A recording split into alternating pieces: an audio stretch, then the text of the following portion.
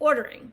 Does RHD, that's my design firm, order all the hard finishes in a project? For example, tile, flooring, etc.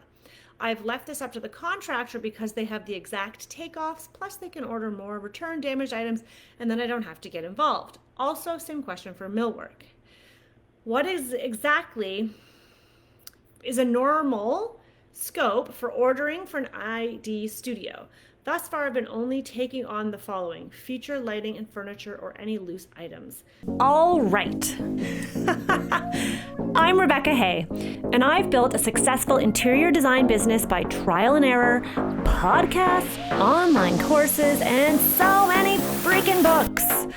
Over the last decade, I've grown from an insecure student to having false starts to careers, and now I'm finally in the place where I want to be.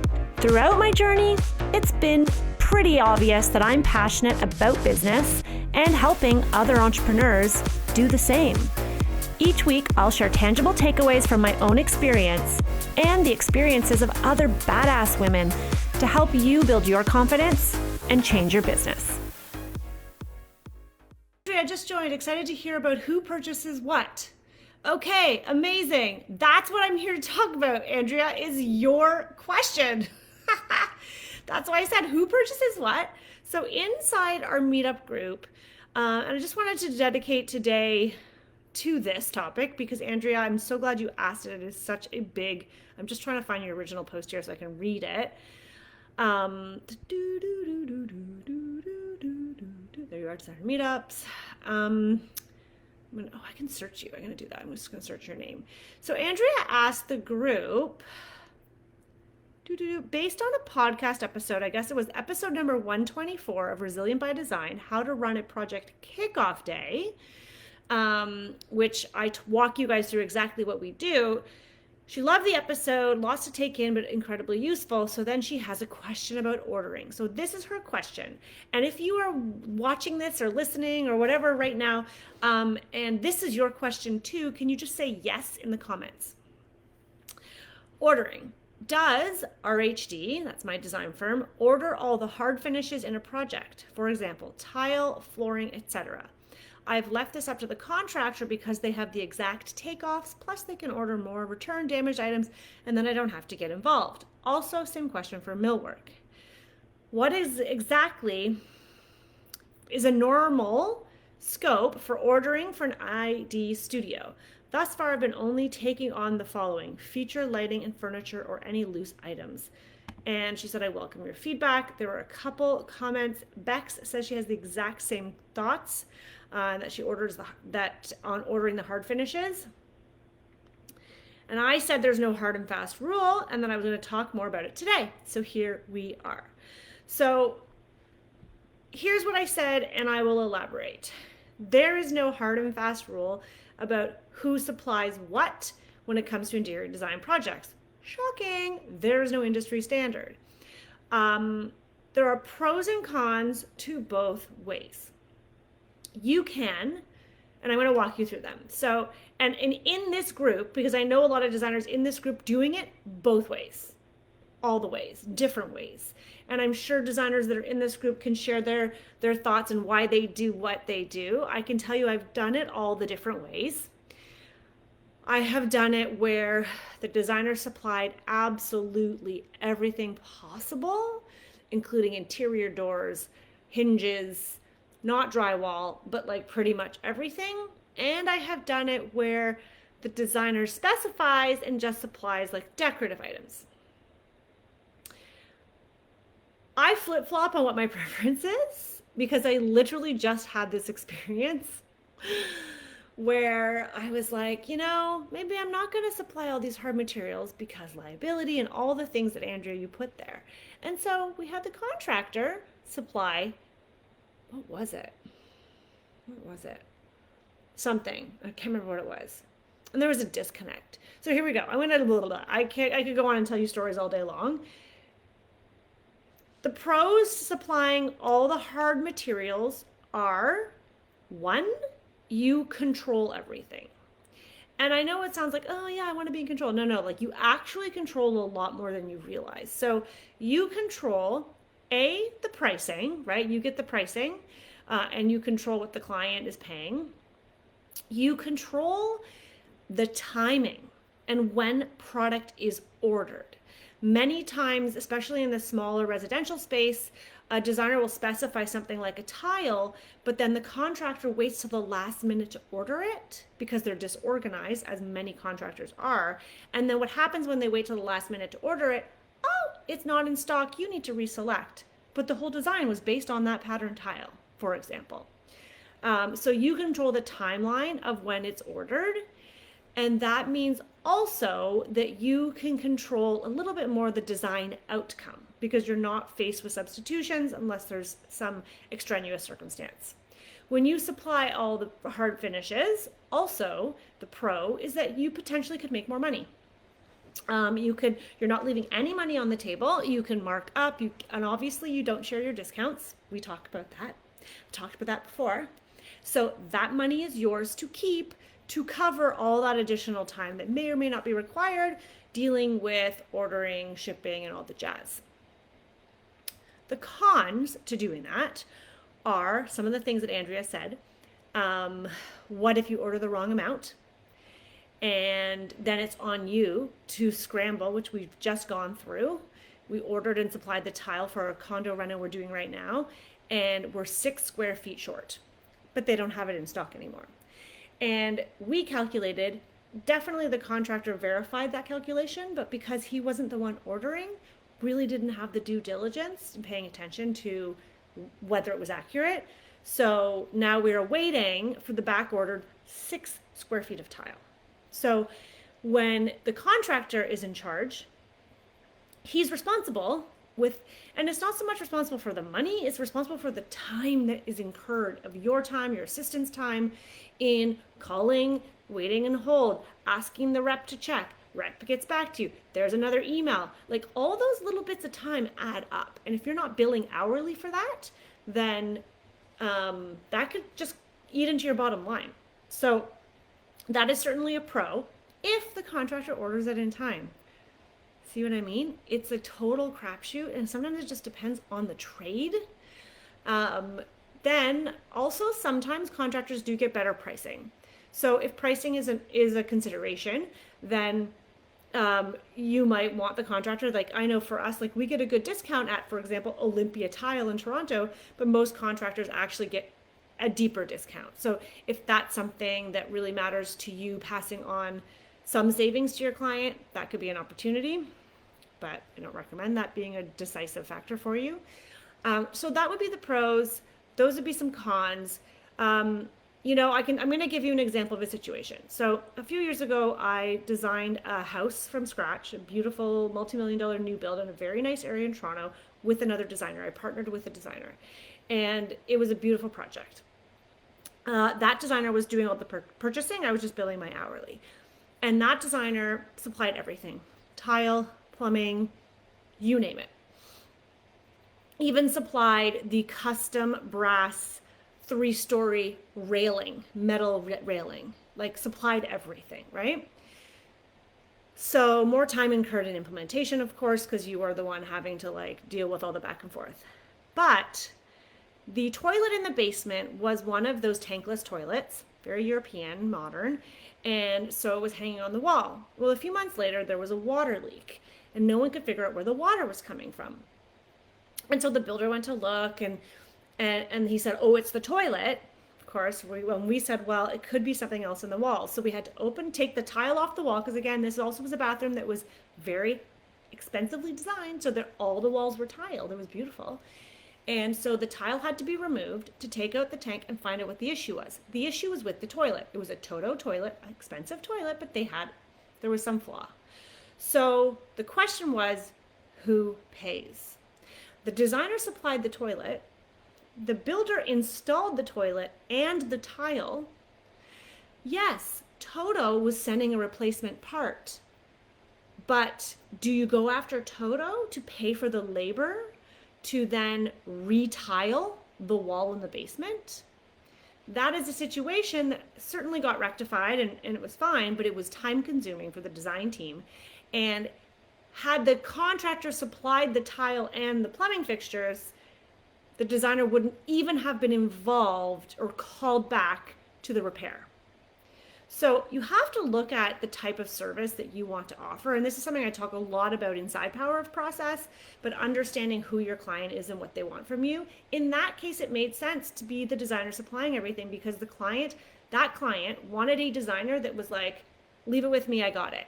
And was in the loop and in the know and fully like super high-end client wanted a designer to be like on top of everything. But that's just one example. I can give you another example where there was a disconnect.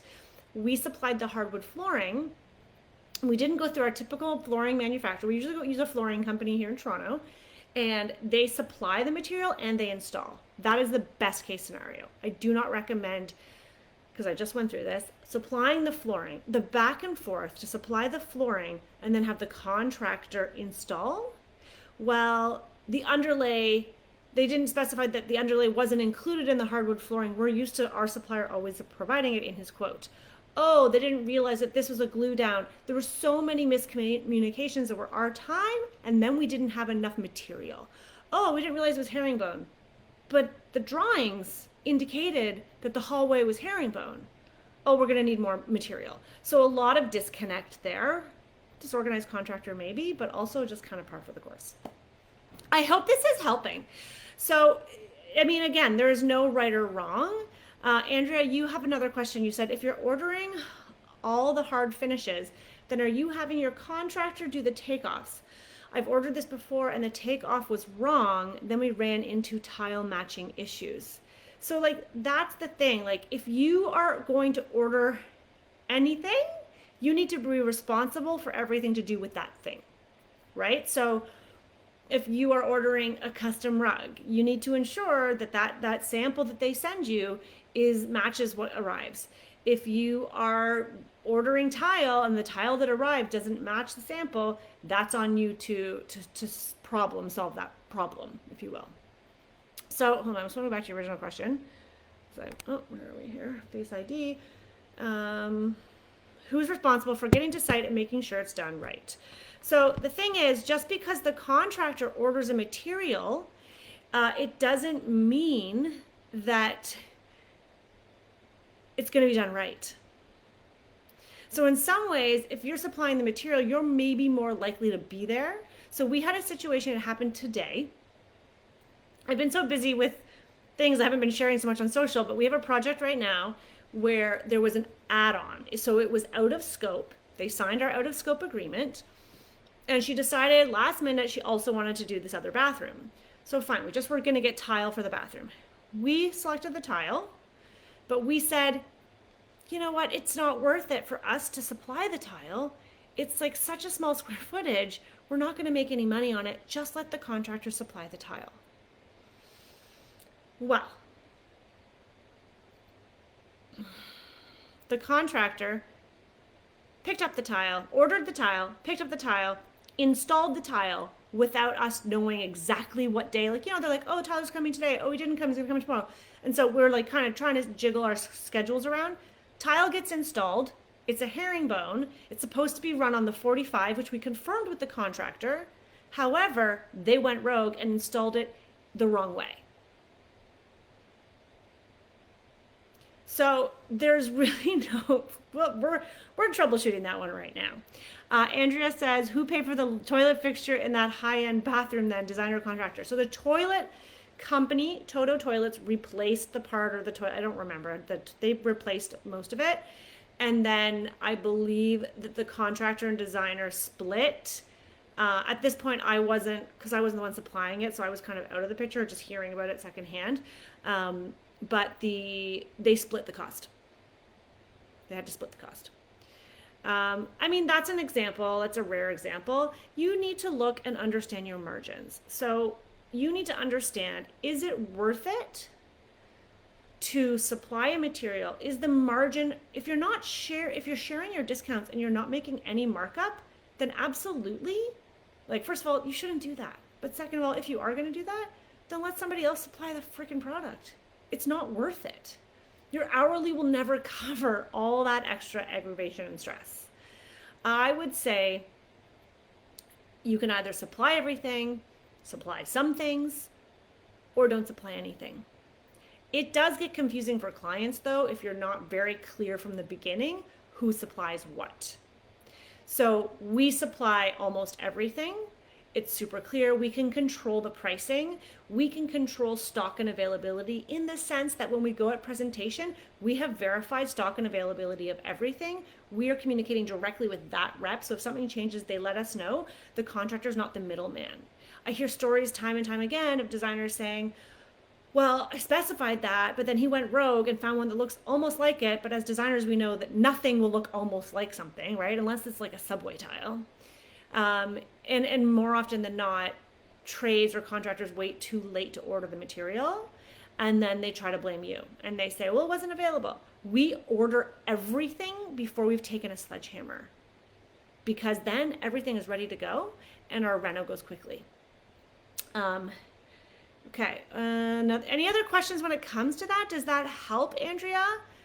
I know it's not like there's not one way to do it. You kind of have to do a bit of trial and error and see what you like. Some people say they don't want to supply it because they don't want the liability. If there's an issue like my toilet example, you're not the one called back to fix it because you didn't supply the items, right? Okay, millwork. That's right. That was the second part of your question. Millwork. Okay. It's kind of the same argument for millwork. I've done both ways.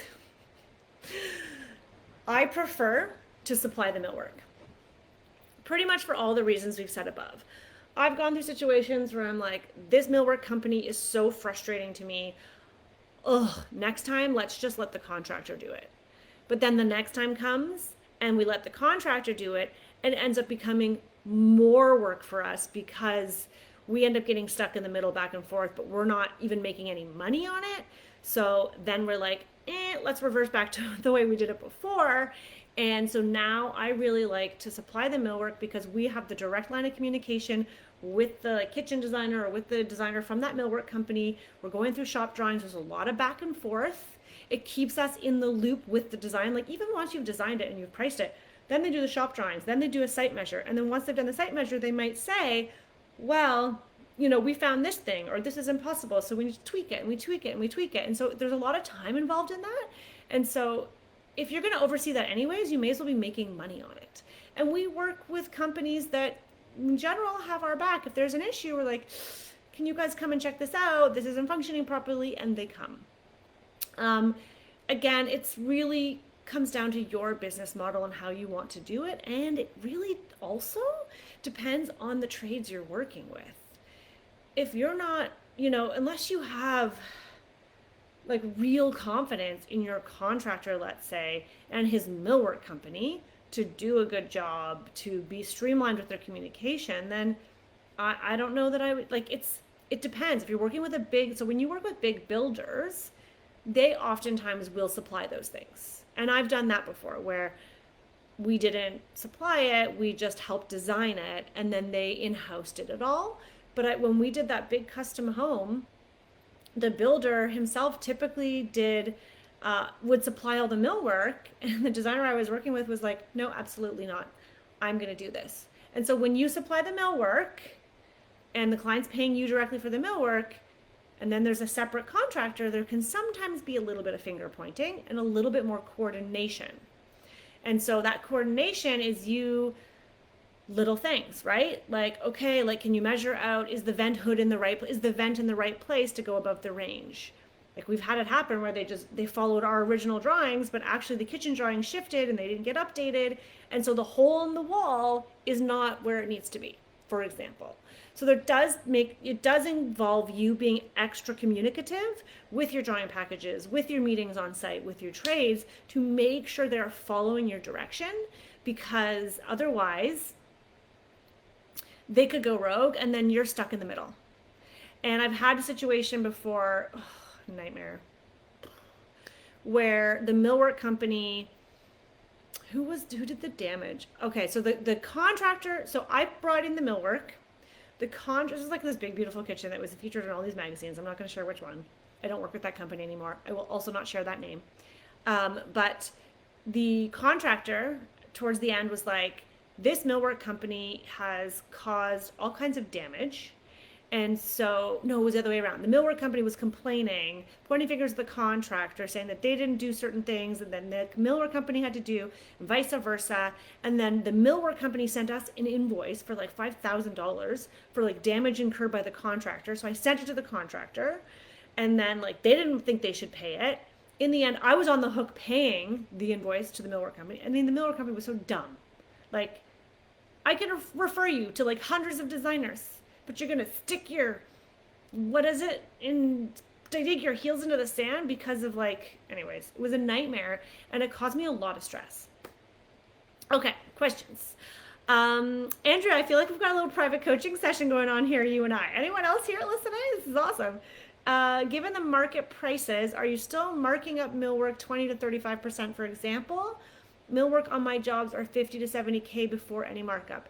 Yes, absolutely. If I'm supplying it, I'm marking it up. If you're not going to mark it up, let the contractor supply it. End of story. Minimum 20%. Yep, absolutely.